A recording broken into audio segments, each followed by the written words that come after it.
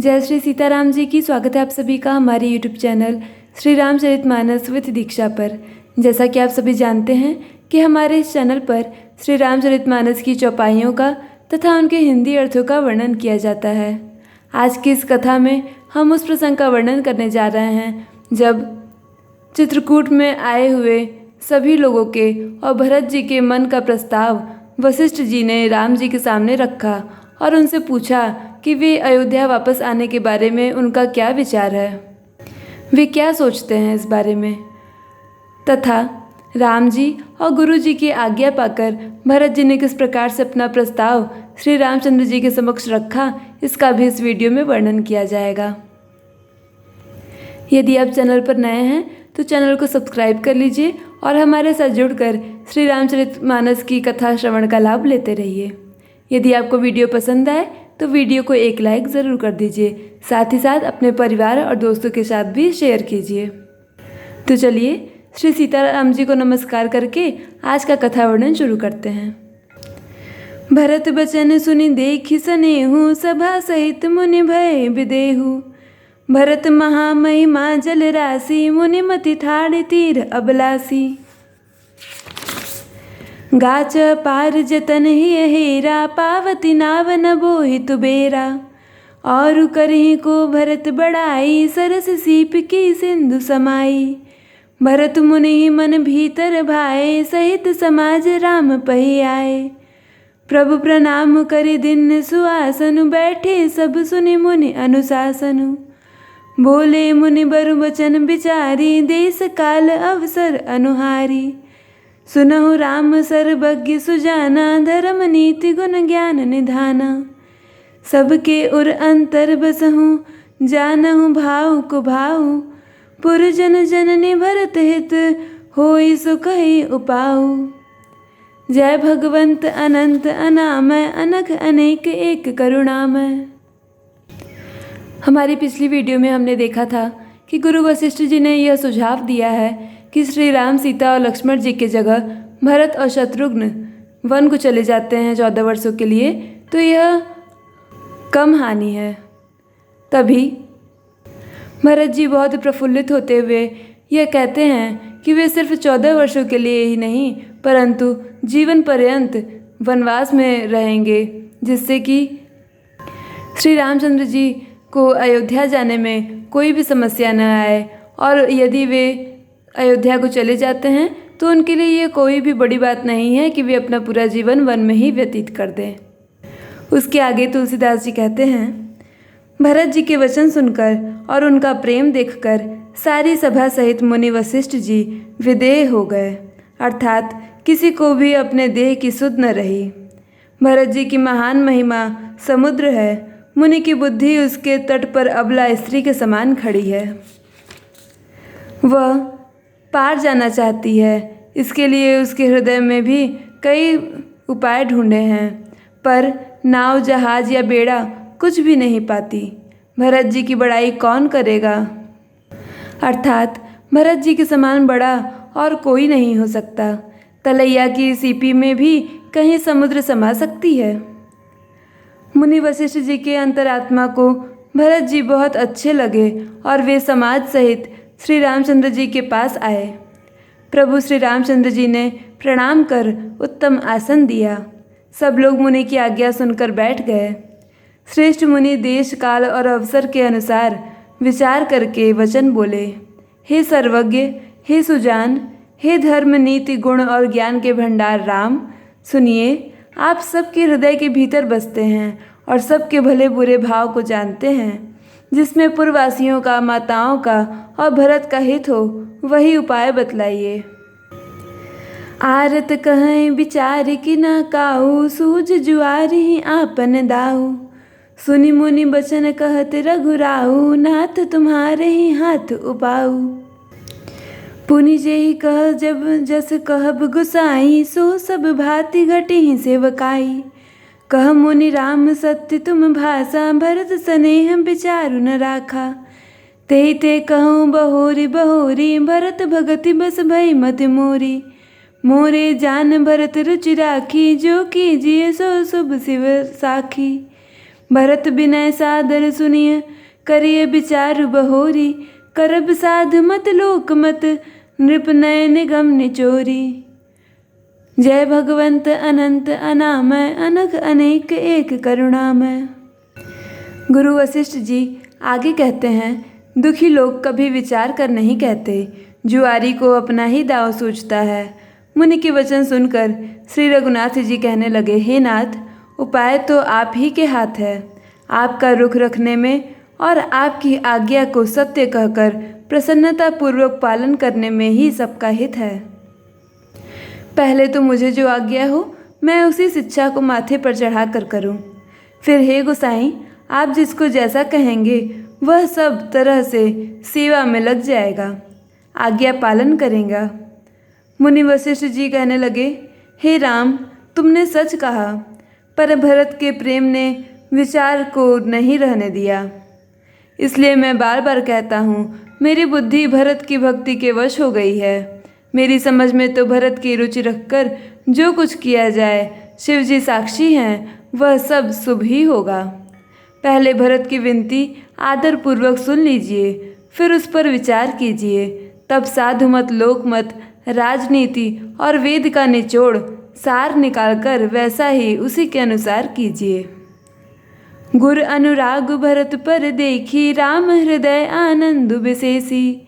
भरतहि धर्म धुरंधर जानी, निज सेवक तन मानस बानी। बोले गुर आयस अनुकूला, बचन बंजु मृदु मंगल मूला। नाथ सपथ पितु चरण दोहाई, भयो न भुवन भरत सम भाई। जे कुरुपद अम्बुज अनुरागी, ते लोकहु बेदहु बड़ भागी। राउर जा पर अस अनुरागु, को कहि सकई भरत कर भागु।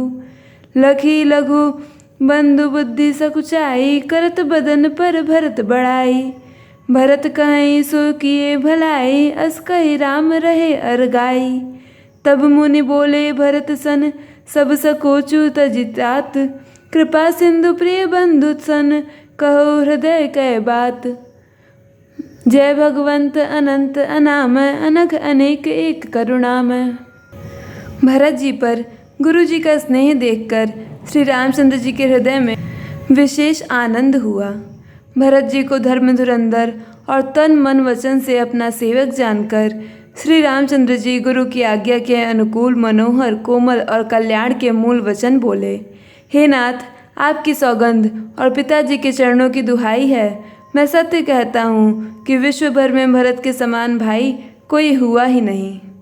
जो लोग गुरु के चरण कमलों के अनुरागी हैं, वे लोक में भी और वेद में भी बड़भागी होते हैं। जिस पर आपका ऐसा स्नेह है, उस भरत के भाग्य को कौन कह सकता है। छोटा भाई जानकर भरत के मुंह पर उसकी बड़ाई करने में मेरी बुद्धि सकुचाती है। फिर भी मैं तो यही कहूँगा कि भरत जो कुछ कहे वही करने में भलाई है। ऐसा कहकर श्री रामचंद्र जी चुप हो गए। तब मुनि भरत जी से बोले, हे तात, सब संकोच त्याग कर कृपा के समुद्र अपने प्यारे भाई से अपने हृदय की बात कहो। सुनि मुनि बचन राम रुख पाए, गुरु साहिब अनुकूल अघाई। लखी अपने सिर सब कछरु भारू, कहीं न सकहीं कछु करहीं विचारू। पुल की शरीर सभा भय ठाड़े, नीरज नयन नेह जल बाढ़े। कहब मोर मुनिनाथ निबाहा, एहि ते अधिक कहो मैं काहा। मैं जानऊँ निज नाथ सुभाऊ, अपराधी हूँ पर कोह न काऊ।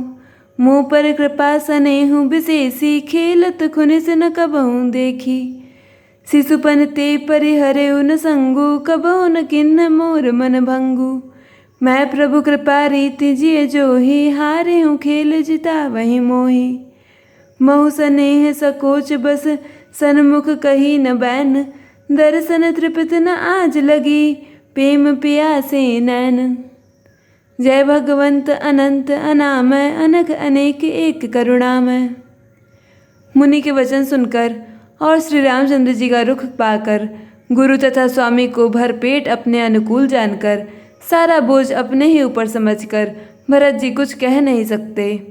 वे विचार करने लगे। शरीर से पुलकित होकर वे सभा में खड़े हो गए। कमल के समान नेत्रों में प्रेमाश्रुओं की बाढ़ आ गई। वे बोले, मेरा कहना तो मुनिनाथ ने ही निभा दिया। जो कुछ मैं कह सकता था वह उन्होंने ही कह दिया। इससे अधिक मैं क्या कहूँ। अपने स्वामी का स्वभाव मैं जानता हूँ। वे अपराधी पर भी कभी क्रोध नहीं करते। मुझ पर तो उनकी विशेष कृपा और स्नेह है। मैंने खेल में भी कभी उनकी रीस नहीं देखी, अर्थात उन्हें अप्रसन्न नहीं देखा। बचपन से ही मैंने उनका साथ नहीं छोड़ा और उन्होंने भी मेरे मन को कभी नहीं तोड़ा। मेरे मन के प्रतिकूल कोई काम नहीं किया। मैंने प्रभु की कृपा की रीति को हृदय में भली भांति देखा है, उसे अनुभव किया है। मेरे हारने पर भी खेल में प्रभु मुझे जीता देते रहे हैं। मैंने भी प्रेम और संकोचवश कभी सामने मुंह नहीं खोला। प्रेम के प्यासे मेरे नेत्र आज तक प्रभु के दर्शन से तृप्त नहीं हुए। विधि न सकेउ हरि मोर दुलारा, नीच बीच जननी मिस पारा। यहूँ कहत मोहि आज न शोभा, अपनी समझ साधु सुचि को भा। मातु मंदी मैं साधु सुचाली, उर अस आनत कोटि कुचाली। फरई की कोदव बाली सुसाली, मुक्ता प्रसव की सम्बुक काली। सपने हूँ दोष कलेशु न काहू, मोर अभाग उदधि अवगाहू। बिनु समझे निज अग परिपाकू, जारिय जाय जननी कही काकू। हृदय हेरि हारे सब ओरा, एक ही भांति भले भल मोरा। गुरु गोसाई साहिब सिय रामू, लागत मोहिनीक परिणामू। साधु सभा गुरु प्रभु निकट, कहूँ सुथल सति भाऊ। प्रेम प्रपंचु के झूठ फुर, जानहि मुनि रघुराऊ। जय भगवंत अनंत अनामय, अनग अनेक एक करुणामय। भरत जी आगे कहते हैं, परंतु विधाता मेरा दुलार न सह सका। उसने नीच माता के बहाने मेरे और स्वामी के बीच अंतर डाल दिया। यह भी कहना आज मुझे शोभा नहीं देता, क्योंकि अपनी समझ से कौन साधु और पवित्र हुआ है। जिसको दूसरे साधु और पवित्र माने वही साधु है। माता नीच है और मैं सदाचारी और साधु हूँ, ऐसा हृदय में लाना ही करोड़ों दुराचारों के समान है। क्या कोदो की बाली उत्तम धान फल सकती है? क्या काली घोंघी मोती उत्पन्न कर सकती है? स्वप्न में भी किसी को दोष का लेश भी नहीं है। मेरा अभाग्य ही अथाह समुद्र है। मैंने अपने पापों का परिणाम समझे बिना ही माता को कटु वचन कहकर व्यर्थ ही जलाया। मैं अपने हृदय में सब ओर खोजकर हार गया। मेरी भलाई का कोई साधन नहीं सूझता। एक ही प्रकार भले ही निश्चय ही मेरा भला है, वह यह कि मैं गुरु महाराज सर्वसमर्थ हैं और श्री राम सीताराम जी मेरे स्वामी हैं। इसी से परिणाम मुझे अच्छा जान पड़ता है। साधुओं की सभा में गुरु जी और स्वामी के समीप इस पवित्र तीर्थ स्थान में मैं सत्य भाव से कहता हूँ, यो प्रेम है या प्रपंच, छल कपट, झूठ है या सच, इसे सर्वज्ञ मुनि वशिष्ठ जी और अंतर्यामी श्री रघुनाथ जी जानते हैं। आज के लिए बस इतना ही। आगे की कथा अगली कड़ी में होगी। आप सभी का हमारे साथ अंत तक जुड़े रहने के लिए आप सभी का बहुत बहुत धन्यवाद।